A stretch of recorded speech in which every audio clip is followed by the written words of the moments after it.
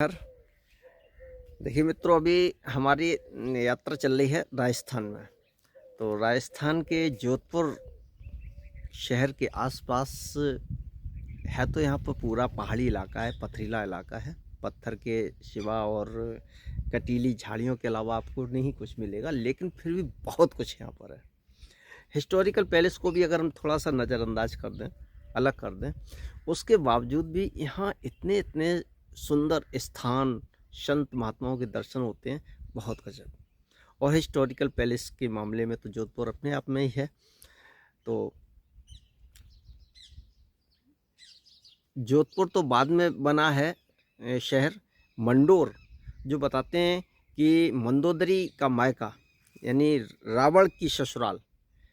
तो अगर रावण की ससुराल यहाँ थी, तो इसका मतलब है त्रेता युग से इस स्थान का संबंध है और चल रहा है। तो आइए, यहाँ पर एक बिजोलाई करके बालाजी का स्थान है। ये है बिजोलाई बालाजी मंदिर। ये परमहंस श्री श्री 1008 किशन गिरी जी महाराज और उन्हीं के शिष्य हैं सोमेश्वर गिरी जी। तो आइए कुछ महाराज जी के बात करते हैं, अगर महाराज जी से बात हो जाती है। तो ये आश्रम तो बहुत प्यारा बना हुआ है यहाँ पर, और इसके आसपास आपको पानी की झील भी मिल जाएगी। ये देखिए, अरे वाह,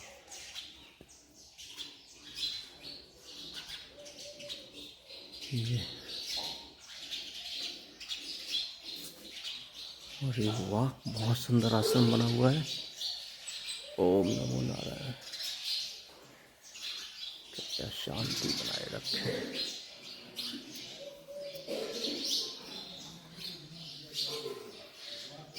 ये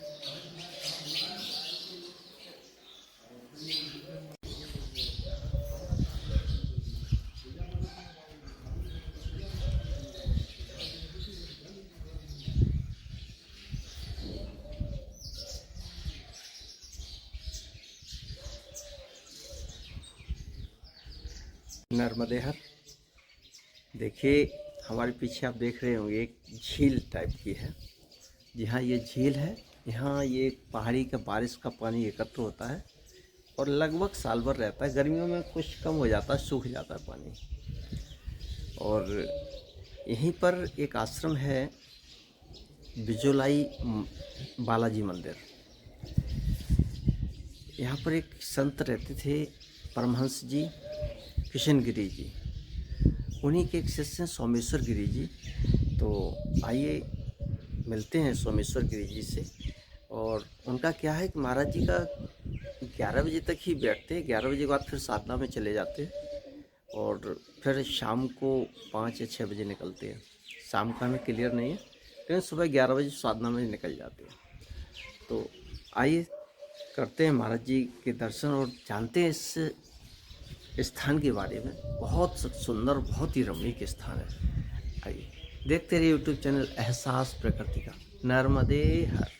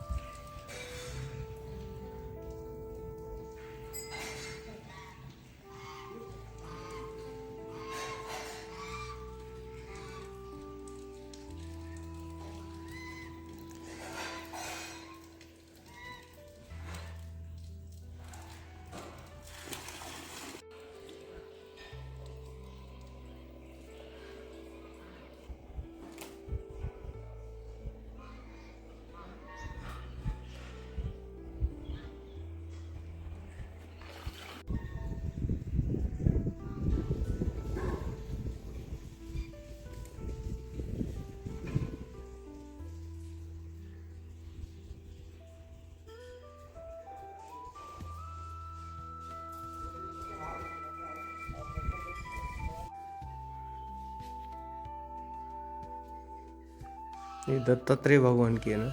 हाँ, दत्तात्रेय भगवान जो समाधि है।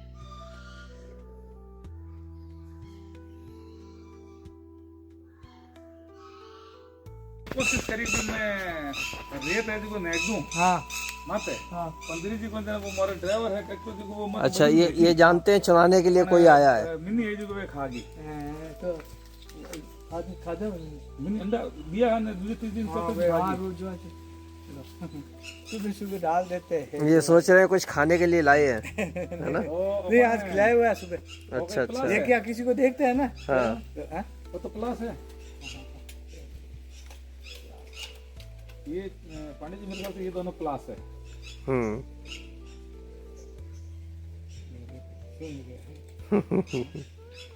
ये एक कछुआ ये पीछे आ जाता है, एक को देख ये क्या है कि वो मेरे है ना पांडे जी तो बच्चों के मिसेज के वो क्या जब उसको भूख लग जाती है ना तो आके अंगूठा पकड़ता है ठीक है काटता तो नहीं है ना? काटते नहीं, खीरा ककड़ी खाता है हाँ, खीरा ककड़ी खीरा और सुबह गाजर में थोड़ा थोड़ा सुबह डाल देते काटते नहीं है ये। टमाटर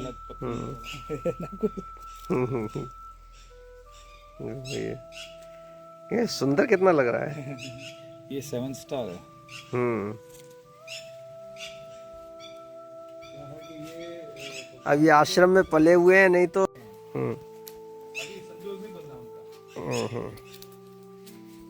अच्छा ये एक ये इधर बैठा, 3 हो गए। अगर वहां से लाके फिर यहाँ बैठा तो ये जाने के लिए काफी बड़े बड़े हैं, ये तो काफी बड़े बड़े हैं। मतलब वैज्ञानिक को उससे माना जाता 450 वर्ष एक कछुए की उम्र। हाँ 450 वर्ष आकी गई है। और जबकि एक और विशेष बात है कि इनके दांत नहीं होते हैं। दांत नहीं होते इनके। हाँ ये हमारे साल पे 2 बार बनती है गुरु पूनम को, वहाँ से बरसी आती है। ये भोजन प्रसादी के लिए।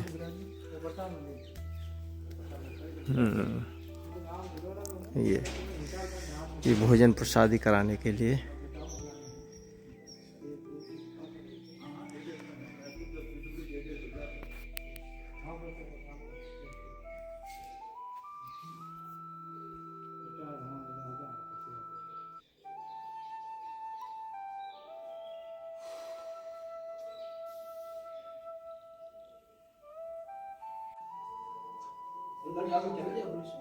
जी क्या अंदर जाना चले जाओ।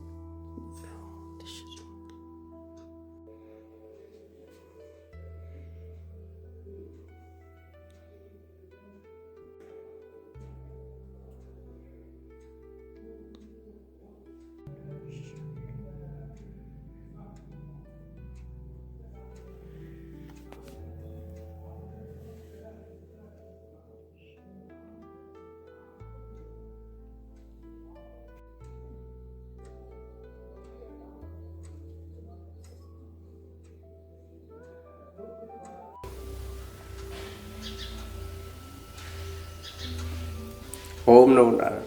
ओम भगवान अपना शुभ नाम? सोमेश्वर गिरी। सोमेश्वर गिरी। क्या है, मैं कोई बचपन का साधु नहीं हूँ। जी। बचपन में तो मैं साधारण परिवार में पैदा हुआ। रामचरितमानस का मेरे को शौक था, बचपन से ही पढ़ता था। माता पिता दोनों यहाँ स्थित थे। बाला सत्य जी ने मुझे बचपन में, जब मैं छोटा था, बालक था, उस समय उन्होंने बोल दिया ये साधु बनेगा। उस समय हमारे यहाँ एक साधु बने थे जवानी में। शादी के बाद माँ घबरा गई। हर माता पिता कुछ और ही चाहते हैं, साधु बनाना नहीं चाहते। वो गुंडा बन जा, चोर लफंगा बन जा, परेशान होते हैं। कोई नशेड़ी बन जा, पर वो साधु नहीं बनना चाहिए। तो मैं एक ही था। ये माँ को चिंता हो गई कि ये कहीं बड़ा होके भाग नहीं जा। मेरे पिता उनके गुरु यहीं थे, मंडोर, आज भी शंकर आश्रम है। माँ परिव्राजक स्वामी थे, शिवानंद जी महाराज, वो उनके गुरु थे। नामकरण मेरा उन्होंने ही करवाया था। मेरे पिता ने सलाह दी कि भाई देख, ऐसा है, तू रामचरितमानस पढ़ता है, तेरी माँ की इच्छा है कि इनको संतान दे, मेरी इच्छा है कि साधु बनना चाहिए। पर कैसे बनना चाहिए? अपनी जवाबदारी पूरी करके, जैसे पहले बनते थे। पहले अपने यहाँ 4 आश्रम थे, ब्रह्मचर्य, गृहस्थ, वानप्रस्थ और संन्यास। ये सिस्टम था पहले। बचपन में साधु नहीं बनते थे, बहुत कम थे। और वो जो जंगल में साधु होते थे, और उनकी पत्नी जैसे चली गई और उन्होंने बच्चे को पाला, वो गजब के साधु हुए, बहुत से हुए, पर वो कम थे। पहले परिवार सहित ही रहते थे। चौथी अवस्था में सब बनते थे, इसलिए वृद्धाश्रम बनाने की इस देश में जरूरत नहीं पड़ी। आज ये भी एक बहुत बड़ी समस्या है। तो फिर मैंने निर्णय लिया कि विवाह करेंगे, बच्चे भी करेंगे। माँ को बच्चे देने चाहिए, उनकी इच्छा है। मैं राजस्थान में ही पैदा हुआ, पर यहाँ से छोड़ के बाहर चला गया। फिर 67 में मैंने राजस्थान छोड़ दिया। मैं चला गया एमपी। एमपी मेरे लिए वरदान रहा। मुझे एक वहाँ स्वामी जी मिले, कृष्णानंद जी नाम था। विनोबा जी के, उनके साथ के, भगत सिंह के साथ के थे, क्रांतिकारी थे। उन्होंने 30 में एमए किया था फिलोसफी में। बहुत विद्वान साधु थे, वेद उपनिषदों के बहुत ज्ञानी थे। उनका मुझे सानिध्य मिला, उन्हीं के हिसाब से चलता रहा। बच्चे बड़े हो गए, उनकी शादियां की। एक बार 83 में 83 में मुझे लगा कि मुझे साधु बन जाना चाहिए। उस समय एक बच्चे की शादी हुई थी, 2 बच्चियां थी। स्वामी जी ने मना कर दिया कि नहीं, बच्चों की शादी के बगैर संन्यास नहीं ले सकते, वानप्रस्थ ले लें। 83 में मैंने वानप्रस्थ ले लिया। उस समय लगभग मेरी 52-53 साल की उम्र रही है। 50 का लेते हैं। छोटी बच्ची की शादी के बाद फिर संन्यास लेने का निर्णय ले लिया कि भाई अब अपनी ड्यूटी नहीं। उन्होंने ही मुझे यहाँ भेजा। ये हनुमान जी जो है, जिनको बालाजी भी बोलते हैं, ये भी बालाजी का ही मंदिर है। सालासर बालाजी, बालाजी सभी हैं। उसमें सब आ गए। वो तो अलग अलग स्थान है जी, क्योंकि थोड़ी थोड़ी हाजिरी सब दूर देते हैं। पर मुझे यहाँ तक लाने वाले हनुमान जी महाराज जी। बचपन में मैंने और किसी को नहीं देखा जीवन में, न जगदम्बा को देखा, न भोलेनाथ को देखा। मैंने हनुमान जी महाराज को जरूर देखा, इन चमड़े की आंखों से देखा। ये मेरा बचपन था, जिस समय मैं 6ठी क्लास में था। तो मुझे लगा कि वास्तव में हनुमान जी हैं। लगा नहीं, वो वास्तविक में है। अपने यहाँ वैसे 8 महापुरुष जो हैं आज भी शरीर सहित हैं। देखना एक अलग बात होती है, हमारी निष्ठा क्या है? हम अगर ये चाह लें कि प्रधानमंत्री से मिलना है तो वो सब करना पड़ता है कि कहाँ वहाँ तक पहुँचने के लिए क्या करना पड़ता है, वो सब जुटाना पड़ता है। तो उन महापुरुषों से मिलने के लिए भी जुटाना पड़ता है। हनुमान जी तो मुझे ऐसे ही मिल गए, क्योंकि मैं एक जगह डर गया था और मेरे मुंह से निकला बजरंग। तो वज्र जैसा शरीर, कनक भूद्राकार शरीरा, समर भयंकर अति बलबीरा, ऐसी एक चौपाई आती है, वैसा ही शरीर था। तो मैं फिर डर गया, मैंने कहा नहीं, दिखना विखना नहीं। तो यहाँ लाने वाले 101 सुंदरकांड का मैंने बोला, मैंने कहा मैं 101 सुंदरकांड करूँगा। आप मुझे 101वें सुंदरकांड के बाद मेरे गुरु मिला देना। मेरी बचपन से ही इच्छा थी कोई परमहंस को गुरु बनाया जाए। रामकृष्ण परमहंस की मैंने 4थी क्लास में एक किताब पढ़ी थी, छोटी सी, उससे लगा था और उनके गाइड में रहा। स्वामी कृष्णानंद जी के हनुमान जी यहाँ लाने वाले हैं, ये मुझे जो है बुलाने वाले हैं, किशनगिरी जी महाराज। इन्होंने एक टैक्सी वाले को बोला कि तेरे को एक सफेद कुर्ते पजामे में मिलेगा, जी यहाँ भेजने वाले हैं जी। कृष्णानंद जी महाराज। उन्होंने कहा भाई मैं गुरु नहीं बनूंगा, मारवाड़ में अभी हैं परमहंस, तू मारवाड़ चला जा। हमने कहा मारवाड़ कोई छोटा सा थोड़ा ही है, सो मैं ढूंढ लूँ।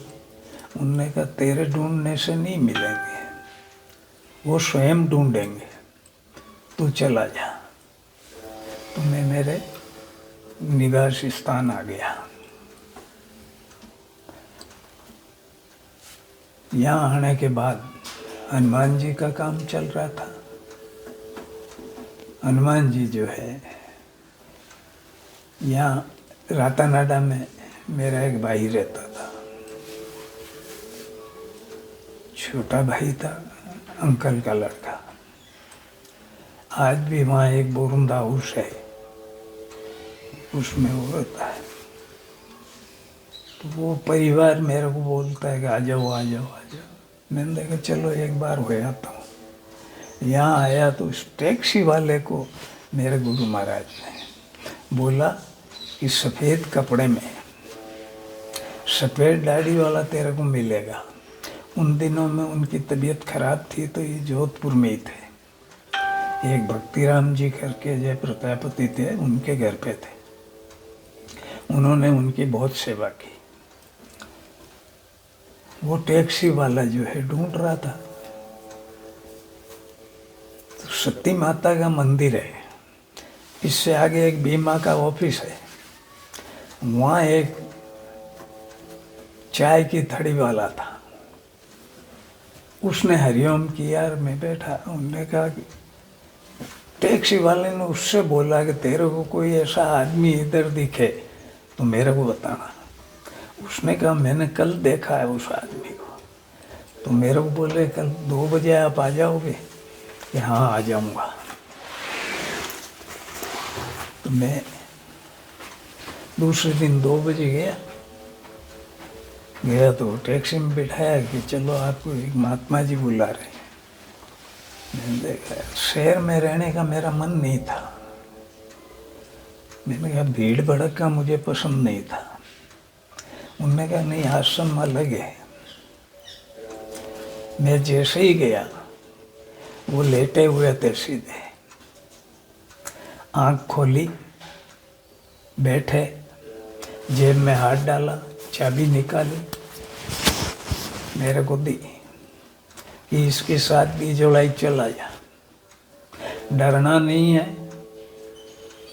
जानवर अब रहे नहीं, आदमी का कोई डर नहीं, अकेले ही रहना है। ये छोड़ के आ जाएगा, 20 दिन बाद मैं आऊँगा।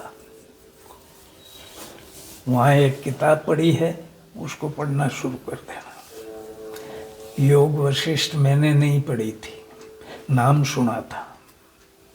वो योग वशिष्ठ यहाँ आके पढ़नी शुरू की। वही साधु बनाती है। साधु बनाने वाली योग वशिष्ठ है। राम को राम बनाने वाले वशिष्ठ हैं।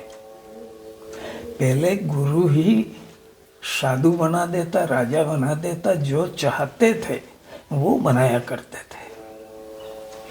इन्होंने मुझे साधु बनाया, मेरे गुरु ने बनाया साधु। साधु का मतलब स्वभाव। स्वभाव संत सरल चित्त। चित्त एकदम सरल होना चाहिए। चित्त में भ्रांति नहीं होनी चाहिए, क्रोध नहीं होना चाहिए, ईर्ष्या नहीं होनी चाहिए, राग द्वेष नहीं होना चाहिए। तो सरल चित्त होना चाहिए। जगत हित, संसार के लिए हम क्या भलाई कर सकते हैं?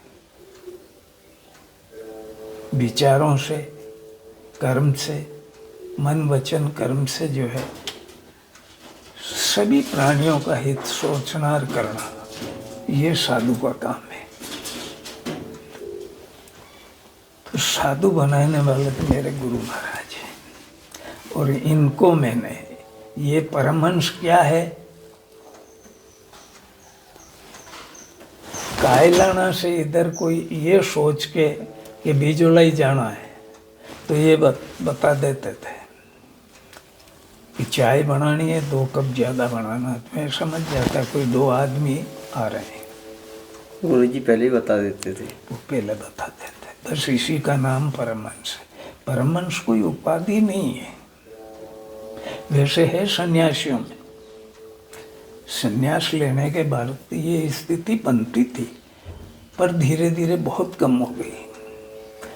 रामकृष्ण परमहंस को करीब 150-200 साल हो गए। उसके बाद नहीं। अभी भी आज भी जो है मारवाड़ में एक है, अभी शरीर है एक का। अभी ये पता नहीं है कि कहाँ है वो, नहीं है इधर। अच्छा अच्छा। थोड़ा थोड़ा आइडिया है, पर ये कह नहीं सकते हैं पक्का। है आबू में परमहंस एक रहे हैं। ये परमहंस बहुत बड़ी हस्ती होती है। मुझे मेरी आँखों से इन्होंने शिव के रूप में मुझे दर्शन दिए, इसीलिए यहाँ ये फोटो बनाई शिवलिंग के अंदर। अच्छा, शिवलिंग के अंदर फोटो बना हुआ है। ये भी एक कलाकार यहीं का था। ये हाथ की बनाई हुई है। हाथ की बनाई है, यहीं का था। ये जो 20 साल के कोई इसको डायबिटीज हो गई थी, तो यहाँ कोई प्रसाद बनाया था। पहले इस महल में प्रसाद बनता था।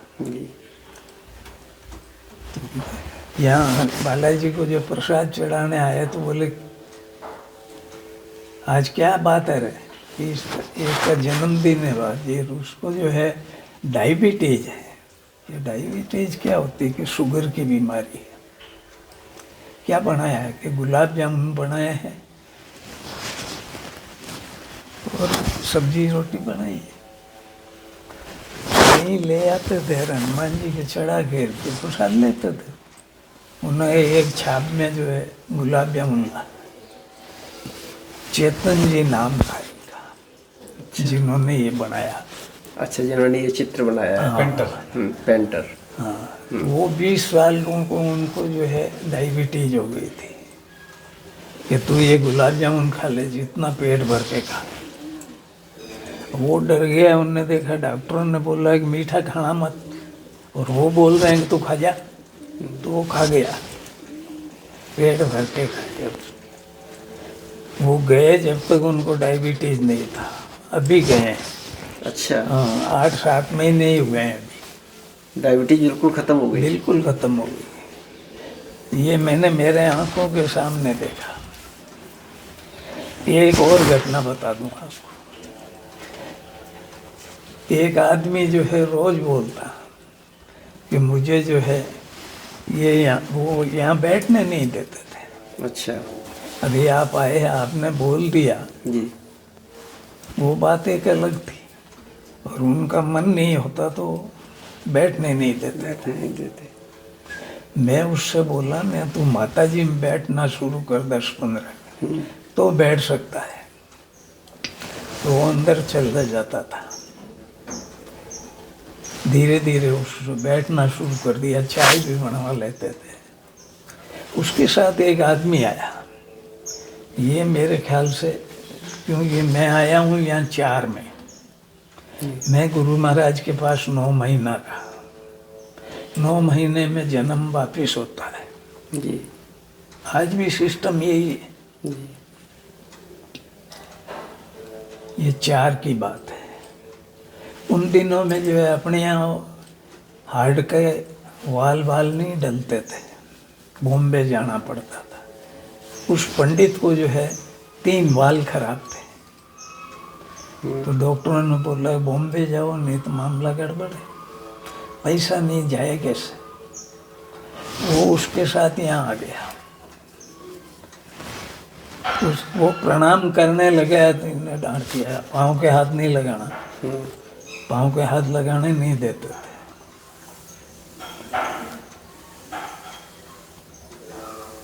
वो बैठने लगा तो जा बाहर जा, वो पीपल पे जाके बैठ गया। एक 5 मिनट बाद ही मेरे को बोला कि आधा कप चाय बनाई। ये गुजरात के थे, अच्छा अच्छा तो चाय का शौक था। चाय यहाँ का प्रसाद भी है, जी। आज भी चाय ही प्रसाद है। अच्छा अच्छा। तो फिर तो मैं मेरी ओर से बच्चों के लिए, तो उनने चाय बनाई। मैंने चाय बनाते ही बोले वो आदमी गया कि बैठा है। मैंने जाली खोल के देखा, बैठा था। मैं बैठा है, बुला चाय पीता है, हाँ बैठ चाय पी ले। आप मानो नहीं, चाय पी, वो यहाँ से गया। दूसरे दिन आया, उसने सुंदरकांड किया यहाँ। गजानन जी गया ऊपर, और वापस डॉक्टर के पास गया तो उन्होंने कहा कि बॉम्बे होके आ गए। कि मैं तो गया ही नहीं बॉम्बे, तो कुछ भी बाल कैसे ठीक हो गए। ये घटना मेरे सामने की है। तीनों ही बाल खुल गए, बिल्कुल स्वस्थ हो गया। एकदम स्वस्थ। जब वहाँ गया 3 बाल बंद हो, और यहाँ से 1.25 किलोमीटर करीब है पहाड़ी के ऊपर। इनको कहते हैं परमहंस। ठीक है, मैं क्या पढ़ रहा हूँ, कहीं अटक जाता तो वो सोए सोए बोल देते थे, क्या यहाँ समस्या फंस गई है। हाँ, इसका नाम है परमहंस। मैं दुनिया का भाग्यशाली आदमी हूँ कि मुझे एक ऐसे गुरु, ये हनुमान जी महाराज की कृपा। गुरु मिलना भी एक भाग्यशाली आदमी होता है, क्योंकि गुरु तो यूं तो किसी को भी बनाया जा सकता है, और समर्थ गुरु मिलना बड़े मुश्किल होता है। उन्होंने बोला कि यहीं रहना है, तो मैं यहीं हूँ। यह आश्रम दरबार का है, और मुझे कोई तकलीफ नहीं है। इन्होंने बोला ट्रस्ट नहीं बनाना, तो मैंने बनाया भी। यह कोई ट्रस्ट वस्ट नहीं है। राम राम करो, आपके जैसे रात यहाँ करो, वहाँ करो, वहाँ करो। 4 एक ही गुफा थी, इसके 4 भाग कर दिए मैं गुरु महाराज। जीवन के भी 4 ही भाग है, ब्रह्मचर्य, गृहस्थ, वानप्रस्थ, संन्यास।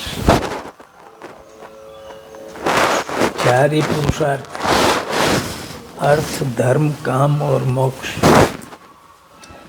पैदा होते हैं, वहीं वापिस जाते हैं। पैदा करने वाली माँ है दुनिया में, और माँ के पास ही वापिस जाना पड़ता है। यूं जलाते हैं, समाधि लगाते हैं, कुछ भी करो, ज़्यादा बात इस जमीन में ही है। तो ये अर्थ का देवता है, क्योंकि ये गृहस्थी है।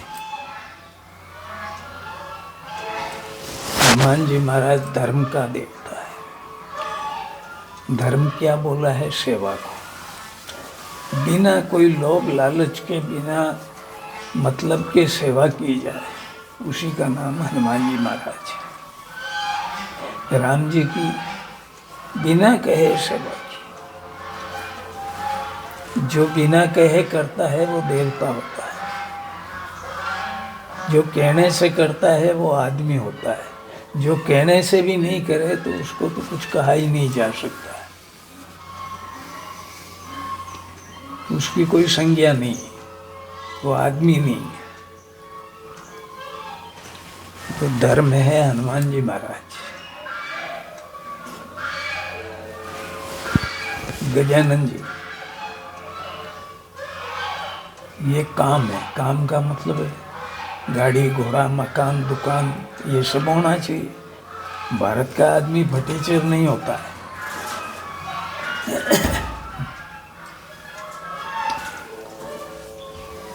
यहाँ सब था, पहले भी था, आज भी है। पहले सदुपयोग होता था, आज दुरुपयोग हो रहा है। आज दुरुपयोग हो रहा है। 4 से लेके अब तक इसी आश्रम में अधिक रहता हूँ। शरीर ठीक था, ये मुझे 89 चल रहा है। अब मैं बाहर कम जाता हूँ, 100-200 किलोमीटर तक तो चला जाता हूँ, बाकी नहीं जाता। ज़्यादा लंबी यात्रा नहीं करता। महाराज जी, ये देख रहा हूँ ऊपर चित्र लगा हुआ है सरदार भगत सिंह जी का। बिल्कुल है। तो ये इनके बारे में थोड़ा सा, ये आश्रम में पहली बार मैं देख रहा हूँ किसी आश्रम में। मैंने आपसे अभी बोला था जी कि मुझे जो गाइड करने वाले थे कृष्णानंद जी महाराज जी, वो भगत सिंह के साथ के थे। जवानी में जी देश के लिए या धर्म के लिए जो बलिदान हो जाते हैं उनको भी साधु ही बोला है। जी, नहीं है सब। देश और धर्म, मनुष्य के लिए 2 ही बातें हैं, या तो वो देश के लिए जिए या धर्म के लिए जिए। ये उसकी अपनी रुचि है। जो देश के लिए जीते हैं वो धर्म के लिए भी जीते हैं। पहले देश है, फिर धर्म है। धर्म, देश अच्छा है, सुरक्षित है, जी साधन संपन्न है, तो धर्म भी अच्छा चलेगा। तो भगत सिंह जो है, उन्होंने भी देश के लिए प्राण दिए, और प्राण देना इस हिसाब से कि चैलेंज के साथ कि मैं जाने के लिए तैयार हूं, पर देश स्वतंत्र होना चाहिए। उस समय भी लोग सुन नहीं रहे थे। लोगों को सुनाने के लिए उन्होंने बम ब्लास्ट किया असेंबली में। नहीं है ऐसा। आज भी अगर नहीं सुनते हैं तो कुछ और कुछ करना पड़ता है, उपाय तो कुछ लगाने पड़ते हैं। जी, आजकल आंदोलन करते हैं, तो आंदोलन करते हैं। सरकार अगर किसी बात को नहीं माने तो आंदोलन करना पड़ता है। आज भी है। तो मुखिया तो कैसा होना चाहिए? अपने यहाँ तो रामचरितमानस में तो जोरदार बात बताई कि मुखिया मुख सो चाहिए, खान पान सब एक, पालई पोसई सकल तन तुलसी सहित विवेक। मुखिया कैसा होना चाहिए? मुंह जैसा। मुंह खाने का काम करता है, बोलने का काम करता है। कोई अशुद्ध बात बोल जाएंगे आजकल तो जो है आप लोग तत्काल पकड़ लेते हैं और उसका वो बंडर हो जाता है, सच्ची बात का भी हो जाए पर कहने का तरीका ही गलत हो गया तो गड़बड़ हो जाता है। मुंह जैसा होना चाहिए, मुंह खाता है पर मुंह में एक कण भी नहीं रहने देता मुंह अपने पास, तो उनके से निकाल देंगे, कुल्ला करेंगे, फिर भी अगर अपने को संतोष नहीं हुआ तो ब्रश करना पड़ेगा। यानी मुंह रखता नहीं है, नहीं तो बदबू हो जाएगी। वैसे ही मुखिया होना चाहिए। मुखिया का मतलब प्रधानमंत्री, आज का मुखिया, कि उसको कुछ नहीं चाहिए, मुख जैसा होना चाहिए। मुंह पेट को देता है, पेट पूरे शरीर को देता है। तो समाज में मनुष्य जितने हैं वो सब एक ही शरीर के।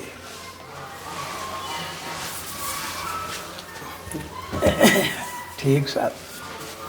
तो क्या है,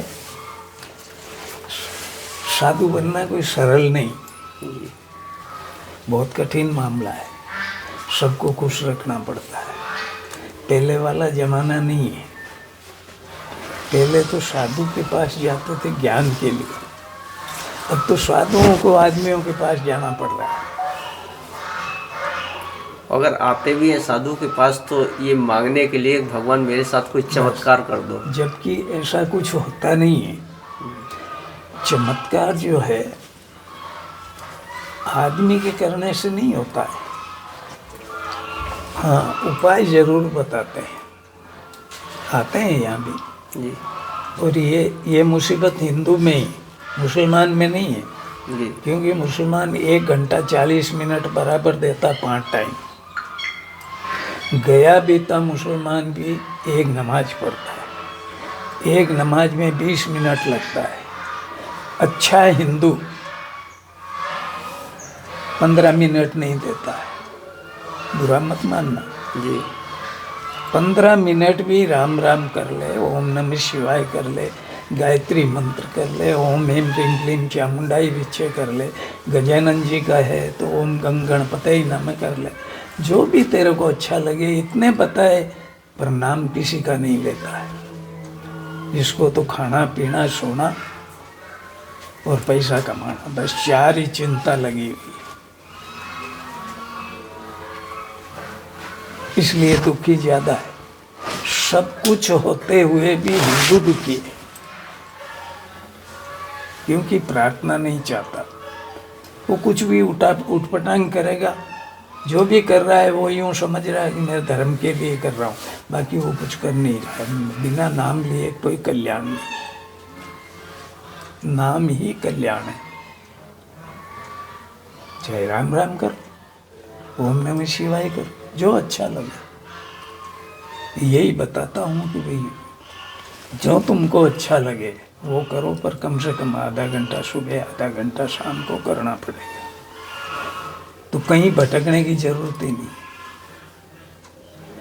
मंत्र तंत्र यंत्र जड़ी बूटी और हस्तरेखा, इसके लिए भी मैंने खपाया समय। 70% ढोंग पाखंड है। अच्छा ही है इसमें, पर उपयोग नहीं। कि जो भी कर रहे हैं सब पैसे के लिए कर रहे हैं। इनमें पैसा लेना नहीं चाहिए, क्योंकि वो तो प्रकृति का मामला है। आपने उसके लिए क्या खर्च किया? तो ये पढ़ाई कर रहे हैं, डॉक्टरी करी है, तो डॉक्टर बनेगा तो फीस लेगा, तनख्वाह लेगा। पर कोई आयुर्वेद सीख रहा है, जड़ी बूटियों से सीखा है, तो उसमें पैसा किस बात का ले रहा था? ज्योतिष सीखी है तो तू किस बात का ले रहा है? ग्रह नक्षत्र ये तो सब जो है कोविड में ही सब काम दे रहा है। सीखा ही इसीलिए महाराज जी, कमाने के लिए है? सीखा ही कमाने के लिए। हाँ, तो कुछ और धंधा अपना। आपने ये कैसे कर रखा है, वैसे करो। तो ये पैसे वाले से ले ले, पर गरीब को तो छोड़। उसको तो सलाह दे सकता है नहीं दे सकता। लेकिन यहाँ उल्टा होता है महाराज जी, पैसे वाले के साथ एक बार आदमी हमदर्दी दिखा देगा, लेकिन गरीब के साथ नहीं दिखाता है, उल्टा करता है। उससे ये भावना रहती है कि पैसे वाला शायद मेरी मदद कर देगा, इसलिए हमदर्दी दिखा देगा। नहीं करता है। हाँ, लेकिन वो नहीं करता। नहीं करता, करेगा भी नहीं। वो क्यों करेगा? क्योंकि वो तो उसका उद्देश्य तो पैसा कमाना है,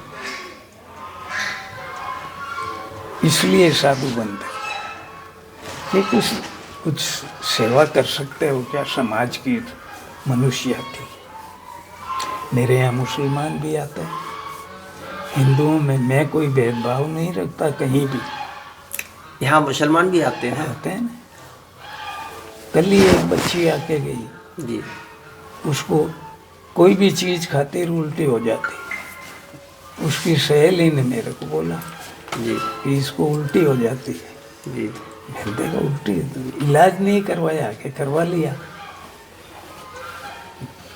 मैंने एक धागा लिया, जी, धागा रखता हूँ सब कलर का। मैंने कहा उसको ये बांध देना, देखें गुरु महाराज चाहे तो हो सकता है। उसके वो धागा बांधा और सही में बस इसी का नाम, ये काम ही बड़ा विचित्र है। उसके बांधा और वो उल्टी होनी बंद हो गई। तो वो बोली कि मेरे को मिलना है, बोली आई थी सुबह। अच्छा अच्छा। हाँ, ये काम करता रहता। मतलब धागा लेने वो नहीं आई थी, धागा लेने उसकी सहेली आई थी? सहेली आई थी। अच्छा। जब बांध दिया और वो बंद हो गई जी, तो वो उसने बोले कि मैं तो तेरे गुरुजी से मिलूंगी। तो वो आई थी, उसका पति फौज में है। जी, वो बोले कि अब हम जोड़े से आएंगे, यही है जोधपुर में। अच्छा अच्छा। कहने का मतलब है मनुष्य की कोई जात नहीं, मानव तो जात है। हम तो पहचान के लिए अलग अलग बना लिए। स्वभाव से अपने यहाँ देवता और राक्षस दो बोले हैं। किसी भी जाति में स्वभाव से क्या है, वो देवता है या राक्षस है। अपने आप को सुधार लो, राक्षस बनना अच्छा नहीं, देवता ही रहना चाहिए। देवता का मतलब क्या है? जो देता है। जी, हमने तो देवताओं को भी रिश्वत देना शुरू कर दी। हे बालाजी नारियल चढ़ाऊंगा, ऐसा कर देना। जी, ये कोई अच्छी बात है क्या? उसको क्या दोगे? उनको क्या खाना है? अभी बालाजी के 1 किलो प्रसाद चढ़ाओ, आप आधा खा जा तो दूसरे दिन लाओ ही नहीं आप। ऐसा नहीं है। कल ही कोई मुंह में दे गया था कि बालाजी के हाथ नहीं है। हम देवताओं को क्या खिला रहे हैं?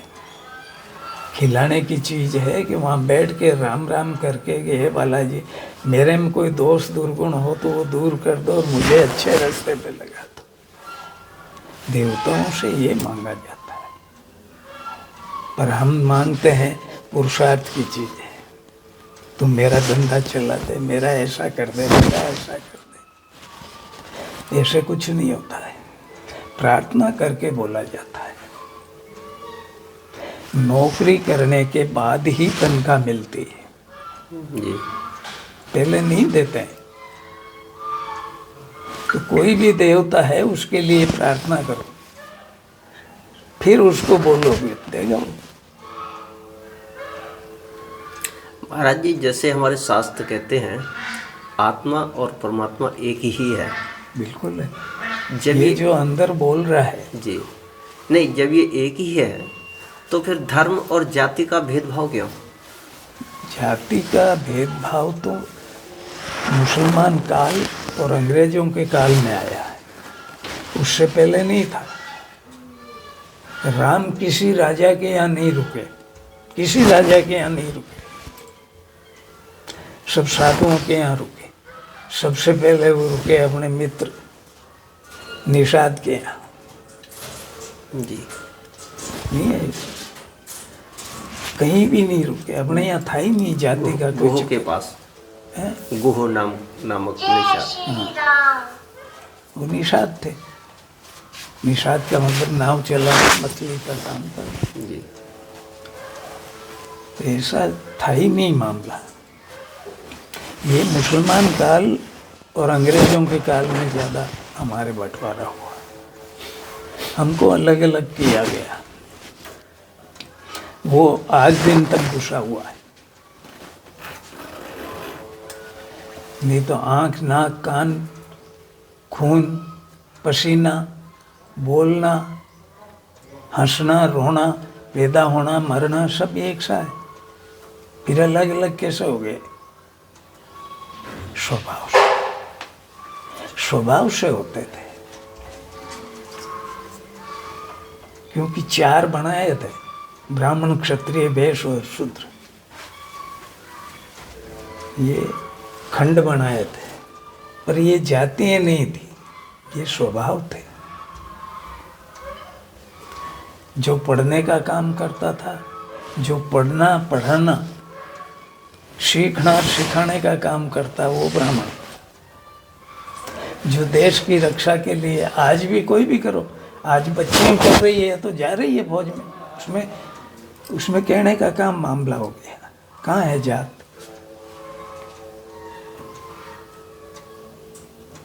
हरिजन है और अच्छा जानकार है, अच्छा स्वास्थ्य है, तो वो भी फौज में जा सकता है।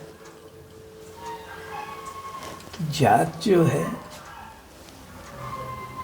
वो जो बनाए गए थे खंड, वो भी स्वभाव से थे, भेदभाव के लिए नहीं थे। भेदभाव था ही नहीं। ये तो कहूँ नहीं, मुसलमान काल और अंग्रेजों के काल में ये बीमारी लगी, वो अभी तक भी चल रही है।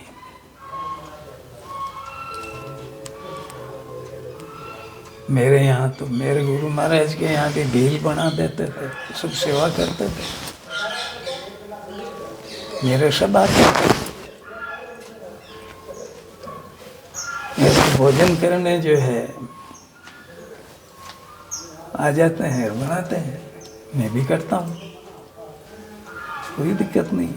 महाराज जी, अपने आश्रम में हमने कुछ कछुए देखे थे। कछुए तो जैसे पानी में होते हैं जी। पानी वाले हैं, पानी के दिनों में जैसे बाहर आ गए वो लाके छोड़ देते हैं। ये तो बहुत दुर्लभ प्रजाति के लग रहे थे, स्टार टाइप का बना हुआ है उनके ऊपर। नहीं, वो जो डिजाइन जो बनी होती है जी। वो पहाड़ी होता है। अच्छा, पहाड़ी कछुआ।